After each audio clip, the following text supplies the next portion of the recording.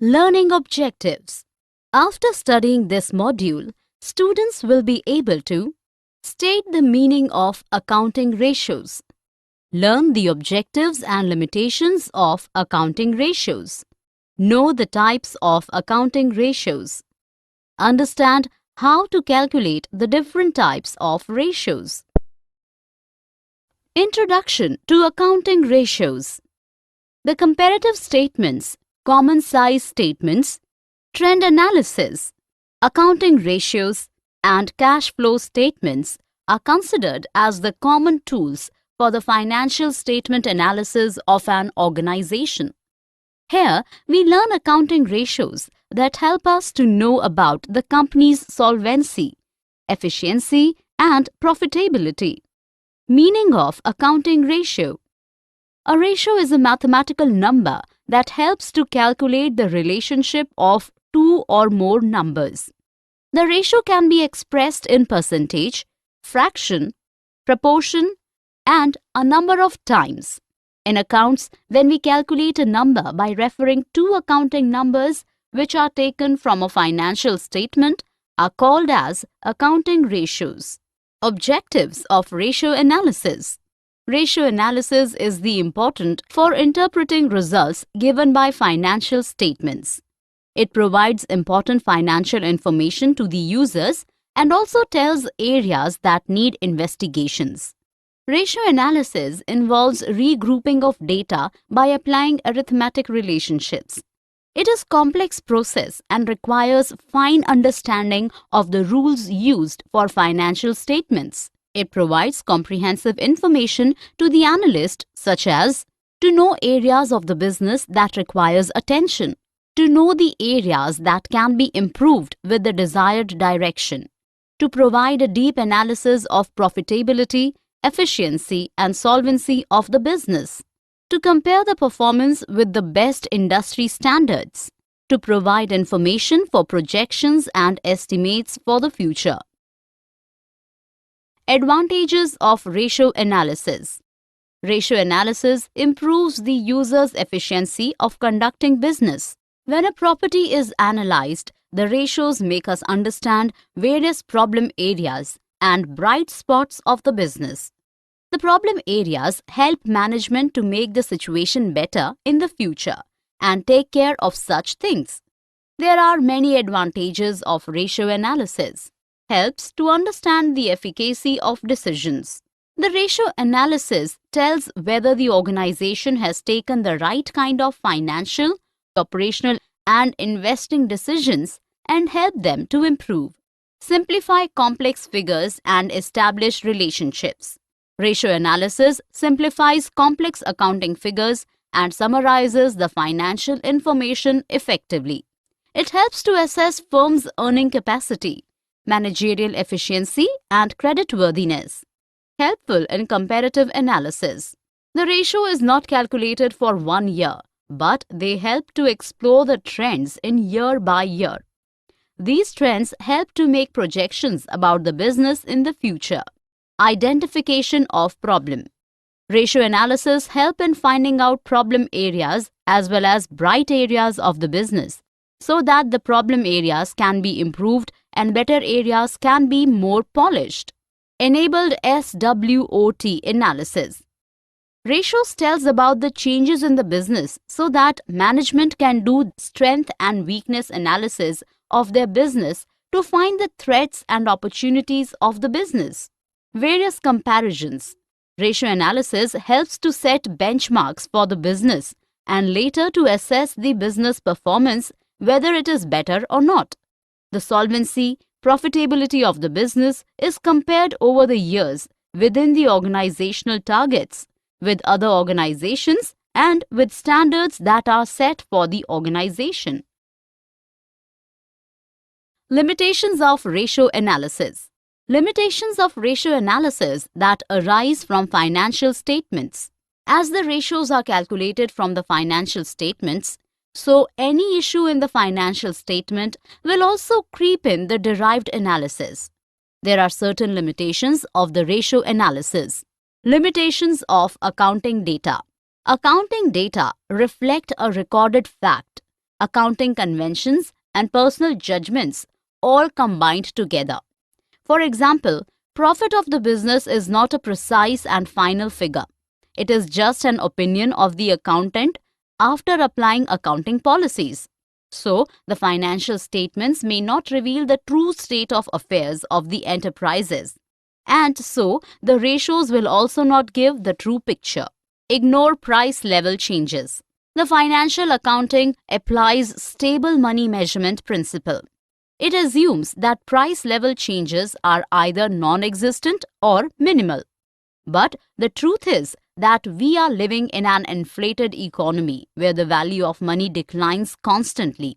A change in the price level makes an analysis of the financial statement of different accounting years meaningless because accounting records do not take into consideration changes in the value of money. Ignore qualitative or non-monetary aspects. Accounting covers only monetary aspects of business. Hence, the ratios also reflect only the monetary aspects, ignoring completely the non-monetary factors. Variation in accounting practices. We follow different accounting policies for the valuation of inventory, calculating depreciation, etc. These variations leave a big question on the cross-sectional analysis. As there are variations in accounting practices in different business enterprises, a valid comparison of their financial statements is not possible.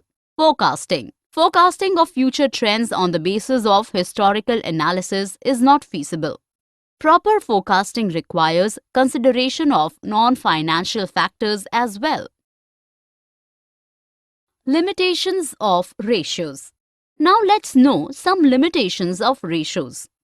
There are many limitations of ratios. Means and not the end. Ratios are means to reach an end, not an end itself. Lack of ability to resolve problems. The ratios are indicative and do not provide a solution for the problems. Lack of standardized definitions. There is a lack of standardized definitions of concepts used in ratio analysis. For example, there is no standard definition of liquid liabilities. Lack of universally accepted standard levels. There is no universal standard which tells the level of ideal ratios. Universally acceptable, and in India, the industry averages are also not available. Ratios based on unrelated figures. A ratio calculated for unrelated figures would be a meaningless effort. Types of ratios. The ratios can be classified as traditional classification and functional classification. On the basis of traditional classification, the ratios can be classified as statement of profit and loss ratios. When we take a ratio of two variables from the statement of profit and loss, is known as the statement of profit and loss ratio. For example, the ratio of gross profit to revenue from operations is known as gross profit ratio. Balance sheet ratios. When both the variables are from the balance sheet, then they are called balance sheet ratios. For example, ratios of current assets to current liabilities, known as current ratio. Composite ratio. It is a combination of two ratios from different statements, like one variable from the statement of profit and loss and another variable from the balance sheet. It is called composite. Types of ratios. Functional classification of ratios. The functional classification is based on the purpose for which the ratio is calculated. Liquidity ratio. We know that the business needs liquid funds. The ability of business to pay the amount which is due to investors is known as liquidity, and the ratios that measure liquidity is known as liquidity ratios. These are short-term in nature. Solvency ratios. A business's ability to meet its contractual obligations towards external stakeholders is known as solvency, and the ratio calculated to measure solvency position are called as solvency ratios. Turnover ratios. The ratios that are calculated for measuring the efficiency of the business operations on the basis of effective utilization of resources. Profitability ratios. It refers to the analysis of profit with reference to revenue from operations of funds employed in the business, and the ratios calculated to meet this objective are known as profitability ratios. Liquidity ratios. These ratios are calculated to measure the short-term solvency of the business, whether the firm is able to meet its current obligations or not. These are calculated on the basis of amount of current assets and current liabilities in the business. It consists of two ratios, A. Current ratio and B. Quick ratio. Current ratio and quick ratio. Current ratio. It is the ratio of current assets to current liabilities. It is written as: current assets include current investments, inventories, trade receivables, prepaid expenses, advance tax, and accrued income, etc. Current liabilities include short-term borrowings, creditors and bill payables, other current liabilities, and short-term provisions. Significance of current ratio. The current ratio should be reasonable. It should neither be very high or very low. A very high current ratio implies heavy investment in current assets, and it reflects underutilization or improper utilization of resources. A low ratio endangers the business and puts it at risk of facing a situation where it will not be able to pay its short-term debt on time. Quick ratio. It is the ratio of quick assets to current liabilities. The assets that can be quickly converted into cash are called as quick assets. While calculating quick assets, we exclude the prepaid expenses, inventories at the end, etc. It is calculated to give a check on the liquidity position of the business and is therefore also known as acid test ratio. Significance of quick ratio. The ratio provides a way to measure the capacity of the business to meet its short-term obligations without any flaw. Solvency ratios.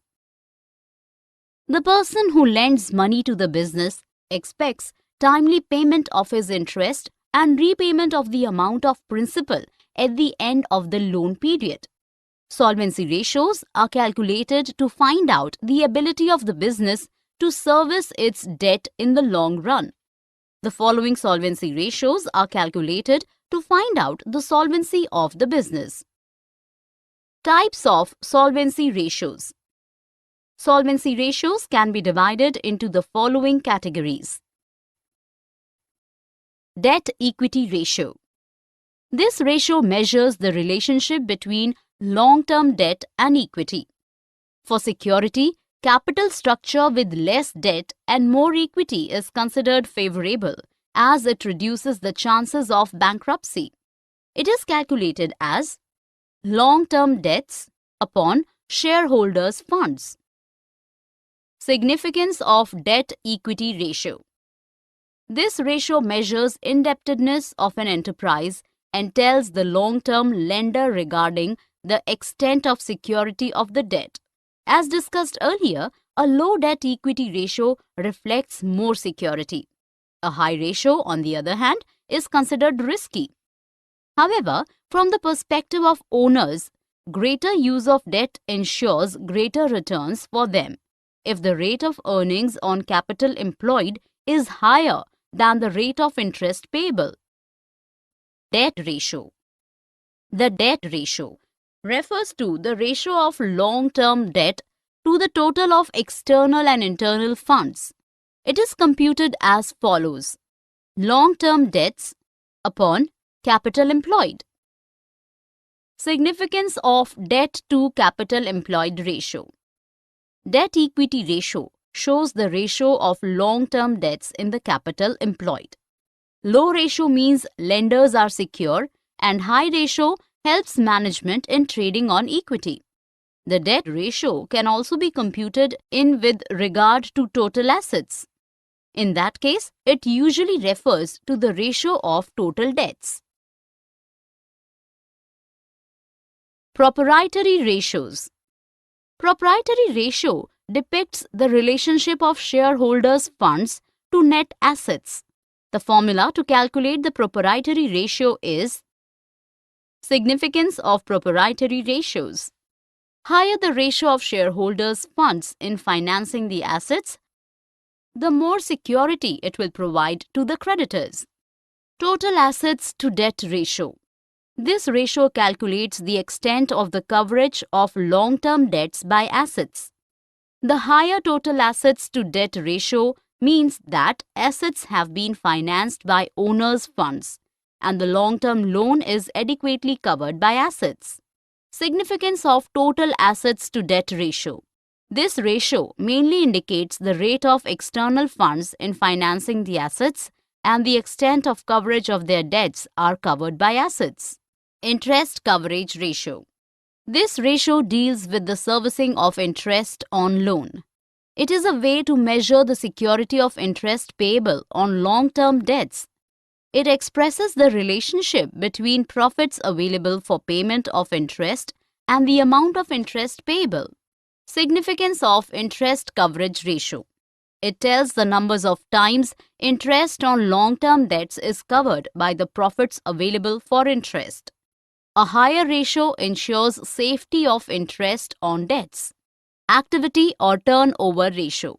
These ratios tell the speed of activities of the business. These ratio expresses the number of times the assets are employed and if any assets are turned into sales during the accounting period.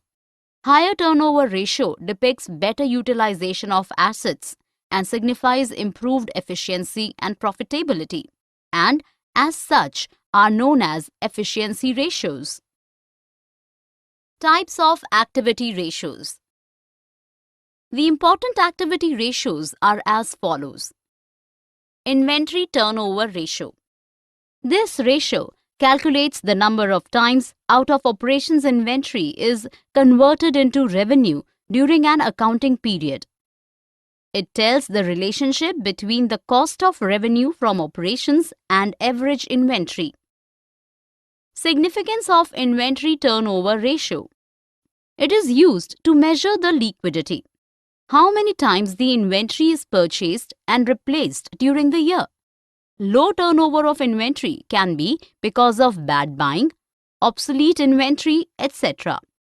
And high turnover is good, and it may be because of buying in small lots or selling quickly at low margin to realize cash. Trade receivables turnover ratio. The ratio that tells the relationship between credit revenue from operations and trade receivables is called as trade receivables turnover ratio. Significance of trade receivables turnover ratio. The speed at which the trade receivables are realized determines the liquidity position of the company. It tells the number of times the receivables are turned over and converted into cash in an accounting period. Higher turnover means speedy collection from trade receivables. Trade payable turnover ratio. Trade payables turnover ratio tells the pattern of payment of trade payable. A trade payable is created out of credit purchases and it expresses relationship between credit purchases and trade payable. Significance of trade payable turnover ratio. It tells the average payment period. Lower ratio means credit allowed by the supplier is for a long period or delayed payment to suppliers which may affect the reputation of the business. Types of activity ratios. Net assets or capital employed turnover ratio. It reflects relationship between revenue from operations and capital employed in the business. Higher turnover means better activity and profitability. Significance of net assets turnover ratio. High turnover of capital employed, working capital, and fixed assets is a good sign and implies efficient utilization of resources. Higher turnover reflects efficient utilization, resulting in higher liquidity and profitability in the business. Profitability ratio. Profitability ratio helps to know the earning capacity of the business by utilizing the resources of the business. There is a relationship between the profit and the efficiency, with resources are utilized in the business. Types of profitability ratio. There are various types of profitability ratio.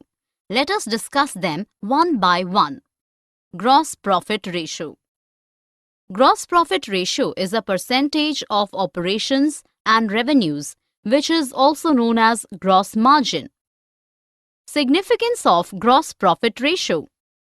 It indicates gross margin on selling of products. It also indicates the margin available to cover operating expenses, non-operating expenses, etc.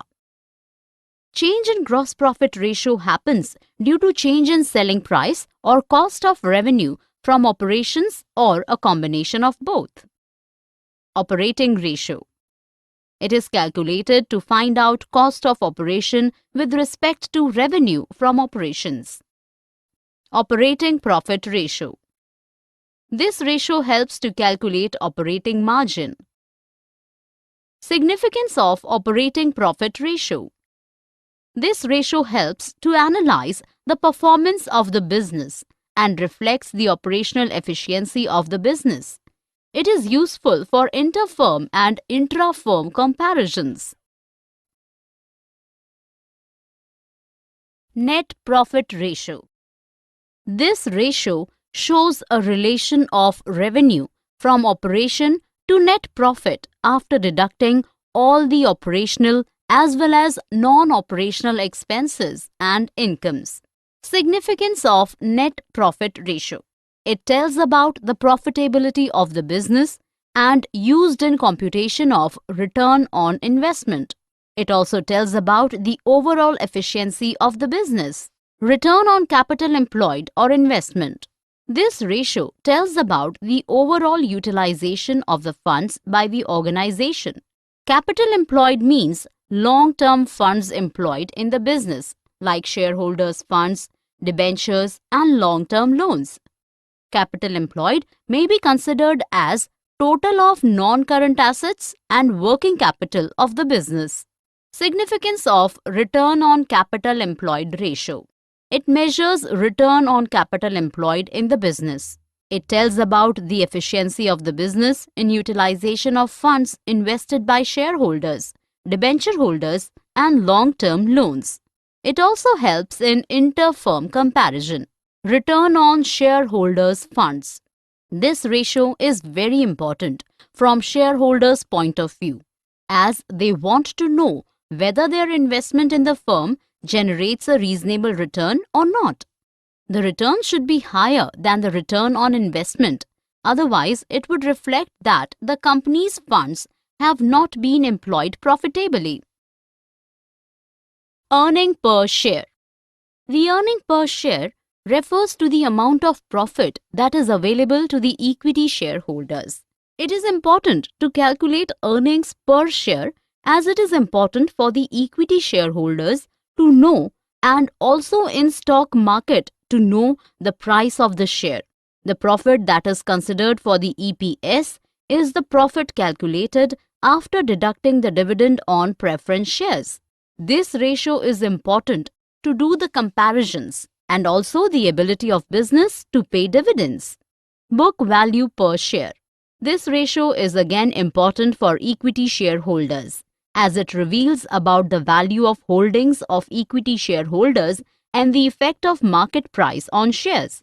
Equity shareholders' fund are calculated after deducting preference share capital from shareholders' funds. Dividend payout ratio. This ratio calculates the share of earnings that are distributed to the shareholders. This ratio tells about the company's dividend policy and the growth in owners' equity. Price-earnings ratio. This ratio reflects whether the growth of firm's earnings and reasonableness of market price of the shares is as per investors' expectation or not. The ratio may vary from company to company or industry to industry. In same industry depends upon the perception of investors of their future. Summary. Let us summarize what we have learned in this module. A ratio is a mathematical number that helps to calculate the relationship of two or more numbers. Ratio analysis provides important financial information to the users and also tells areas that need investigations. Ratios makes us understand various problem areas and bright spots of the business. The ratio analysis tells whether the organization has taken the right kind of financial, operation and investing decisions and helps them to improve. Ratio analysis simplifies complex accounting figures and summarizes the financial information effectively. Accounting data reflect a recorded fact, accounting conventions and personal judgments all combined together.